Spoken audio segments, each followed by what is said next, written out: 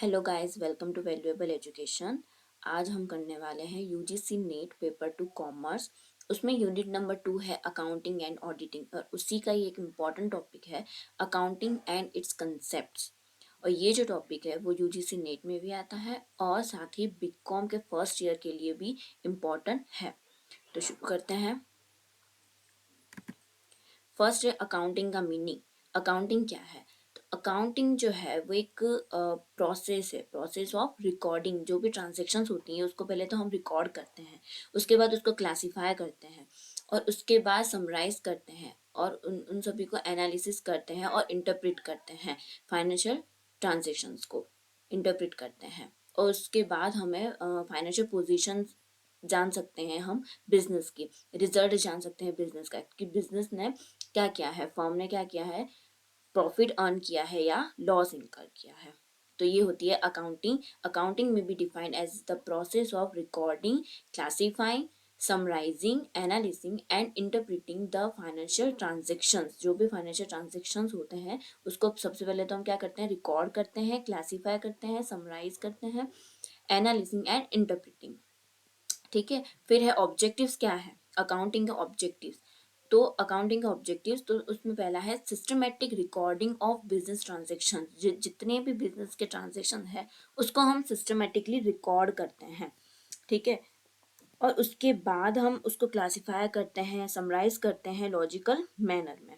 तो जो भी ट्रांजेक्शन्स होती हैं उसको सिस्टमेटिकली रिकॉर्ड करने के बाद हम क्या करते हैं, किस तरह से करते हैं रिकॉर्ड? जो भी एंट्रीज होती है वो पहले तो जर्नल में पास होती हैं, जर्नल में डालते हैं, उसके बाद हम लेजर में पोस्टिंग करते हैं उसकी, और उसके बाद हम ट्रायल बैलेंस शीट बनाते हैं। तो इसी तरह से हम पूरा जो बिजनेस के ट्रांजेक्शन को सिस्टमेटिकली रिकॉर्ड करते हैं। उसके बाद है असर्टेनिंग रिजल्ट। रिजल्ट के बारे में भी हम जान सकते हैं कि कोई भी बिजनेस है उसने प्रॉफिट अर्न किया है या फिर लॉस इनकर किया है, वो हम प्रॉफिट एंड लॉस अकाउंट या फिर इनकम स्टेटमेंट से भी जान सकते हैं। तो ये हो गया असर्टेनिंग रिजल्ट। उसके बाद है असर्टेनिंग फाइनेंशियल पोजीशन। तो हम बिजनेस की फाइनेंशियल पोजीशन को भी जान सकते हैं कि जो बैलेंस शीट होती है वो क्या शो करती है, सारी की सारी असेट्स और लायबिलिटी शो करती है फर्म की, और उससे हम बैलेंस शीट से हम फाइनेंशियल पोजीशन जान सकते हैं। और उसके बाद है प्रोवाइडिंग इंफॉर्मेशन। तो इंफॉर्मेशन किसको प्रोवाइड करते हैं? वो वेरियस यूजर्स, जो भी डिफरेंट डिफरेंट यूजर्स हैं उसको इंफॉर्मेशन प्रोवाइड करती हैं। जैसे कि बैंकर्स हो गया, creditors, investors, tax authorities, researchers, इन सभी को वो इंफॉर्मेशन प्रोवाइड करती है अपने एनुअल रिपोर्ट के थ्रू। तो हो गया, ये सारे हैं इसके ऑब्जेक्टिव है अकाउंटिंग के। और उसके बाद अकाउंटिंग प्रिंसिपल्स। तो अकाउंटिंग प्रिंसिपल, उसमें सबसे पहले तो ये जो फुल फॉर्म है वो आपको याद रखना है। GAAP GAAP का full form generally accepted accounting principle. वो क्या है? रूल्स और क्या है, गाइडलाइंस है, rules and guidelines which guides the accountant in preparing the accounting statement. जो भी अकाउंटिंग स्टेटमेंट को प्रिपेयर करने के लिए जो भी रूल्स और गाइडलाइंस चाहिए होते हैं तो उसे क्या कहते हैं? प्रिंसिपल्स कहते हैं, जनरली एक्सेप्टेड अकाउंटिंग प्रिंसिपल। तो अब जो प्रिंसिपल है वो दो कैटेगरी में क्लासीफाई है। एक तो है अकाउंटिंग कंसेप्ट और दूसरा है अकाउंटिंग कन्वेंशंस। तो अकाउंटिंग कंसेप्ट के अंदर कौन कौन से आते हैं? एक तो business entity concept, going concern concept, money measurement concept, cost concept और historical cost concept, dual aspect concept, realisation concept, accrual concept, accounting period concept और मैचिंग कंसेप्ट। और उसके बाद है अकाउंटिंग कन्वेंशंस। तो वो है कंसिस्टेंसी, फुल डिस्क्लोजर, कंजर्वेटिज्म और मटीरियलिटी। अभी इन दोनों के बारे में, हम इन सभी के बारे में जानेंगे, एक एक करके डिटेल में जानेंगे। ठीक है। तो अकाउंटिंग कंसेप्ट्स, तो अकाउंटिंग कंसेप्ट्स क्या है?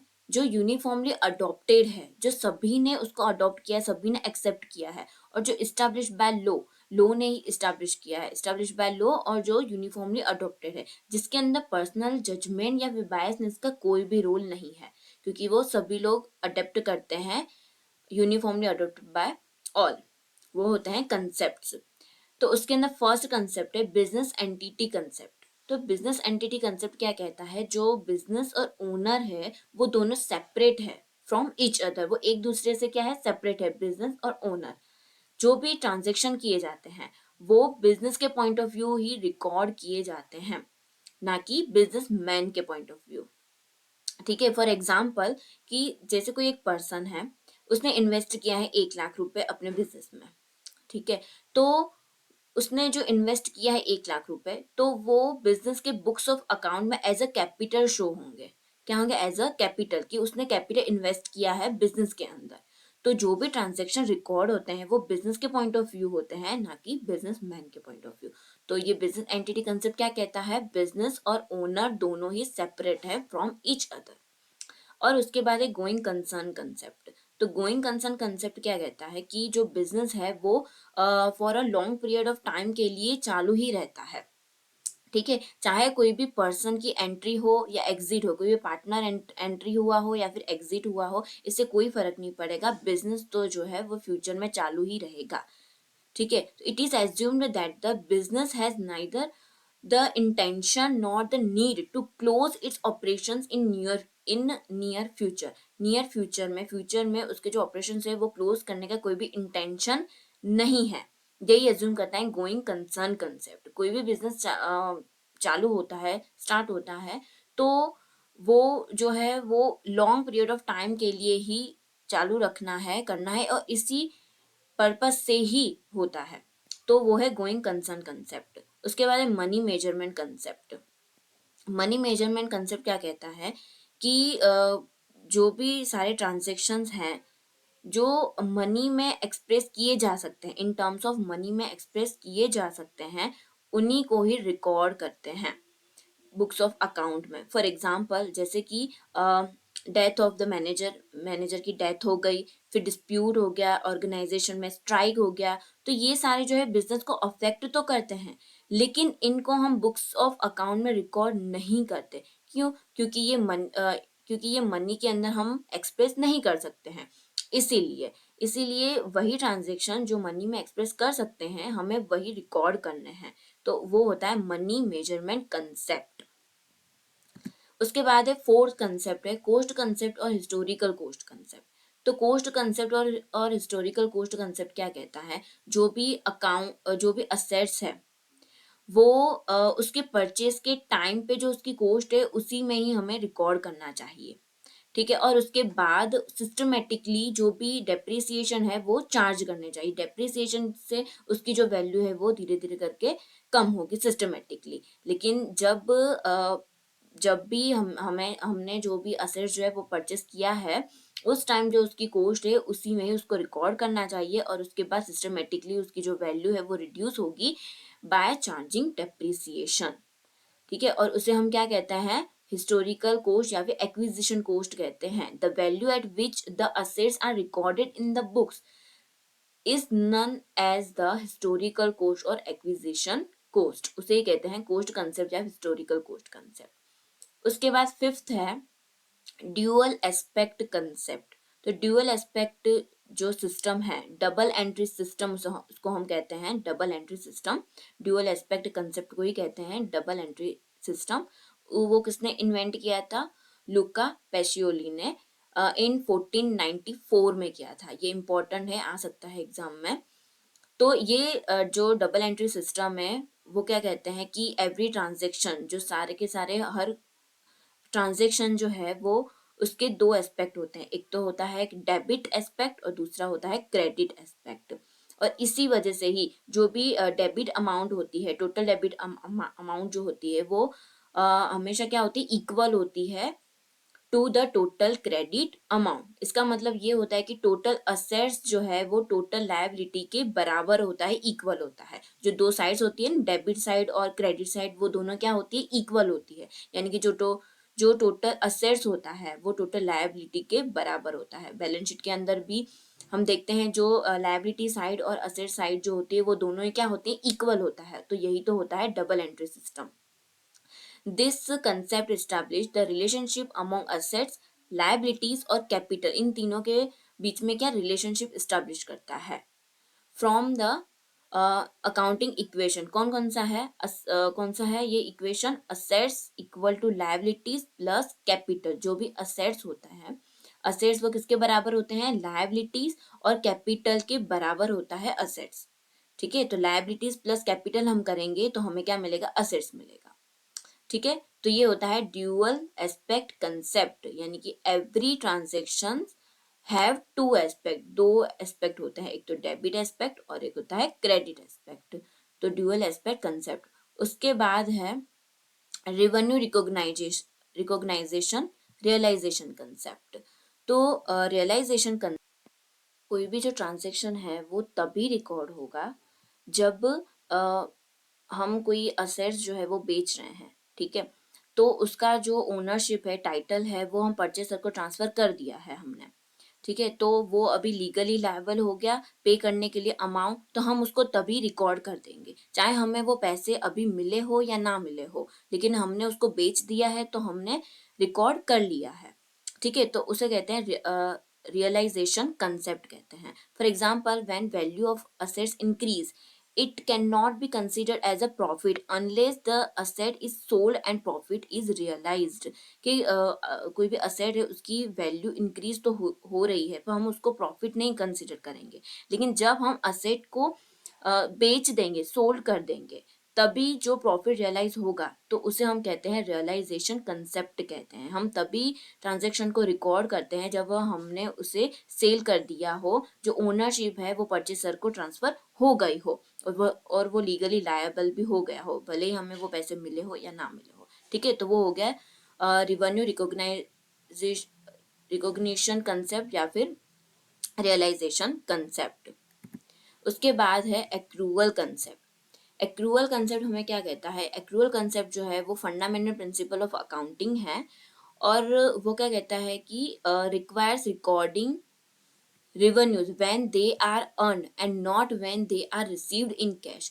कोई भी ट्रांजेक्शन है वो हुआ है, ठीक है, तो जो रिवेन्यू हमने अर्न किया है हमें उसको तभी ही रिकॉर्ड कर देना चाहिए, तभी नहीं कि जब हमें कैश मिले हो तब नहीं, लेकिन उसके पहले ही हमें उसको रिकॉर्ड कर देना चाहिए, क्योंकि हमने वो ट्रांजेक्शन तो कर दिया ना, इसलिए। उसी तरह से ही कोई भी एक्सपेंस है वो जब भी ड्यू होता है हमें तब उसको रिकॉर्ड कर देना चाहिए, कि तब नहीं जब हम उसको पेड करते हो। फॉर एग्जाम्पल, बिजनेस का जो भी बिल है, ठीक है, वो बिल जो है वो ड्यू हो गया, भले ही हमने उसको 3-4 दिन के बाद उसको पेड किया हो, लेकिन ड्यू तो वो अभी से ही हो गया है, तो हम उसको अभी रिकॉर्ड कर देंगे, तो उसे कहते हैं एक्रूअल कंसेप्ट।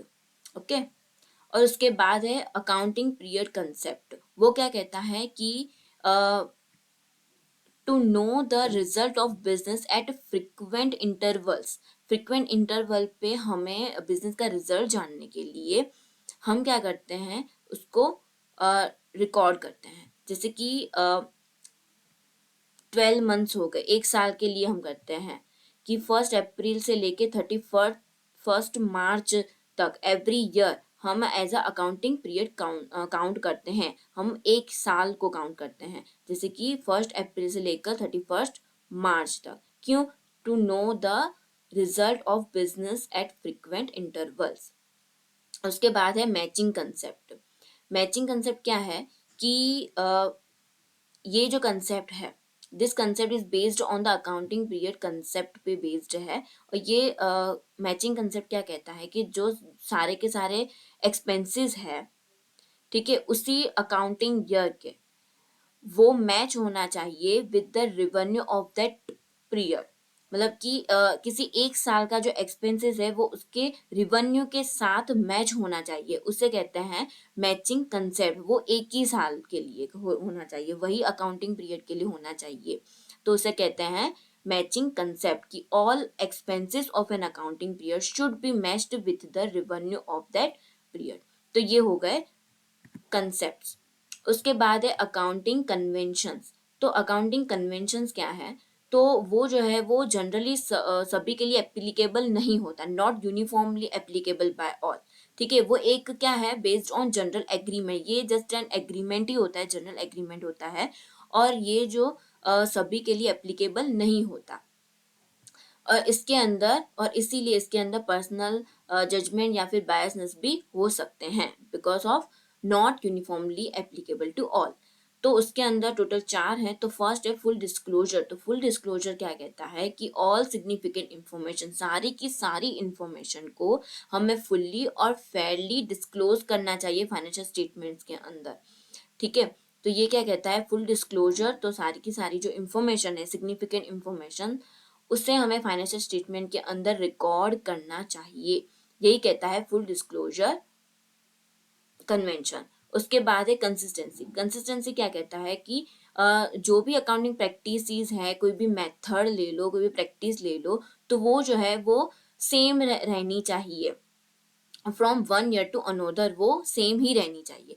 जैसे कि कोई भी कंपनी है, उसने डेप्रिसिएशन के लिए रिटन डाउन मेथड यूज करता है, तो उससे फिर हर साल वही यूज करना चाहिए उसको। ऐसे नहीं कि एक बार रिटन डाउन मेथड यूज किया डेप्रिसिएशन के लिए, फिर दूसरे बार दूसरा यूज कर लिया दूसरे साल में, तो ऐसे नहीं। उसमें जो भी सारे प्रैक्टिस, जो भी मेथड है, वो कांस्टेंट रहने चाहिए। तो वो हो गए कंसिस्टेंसी।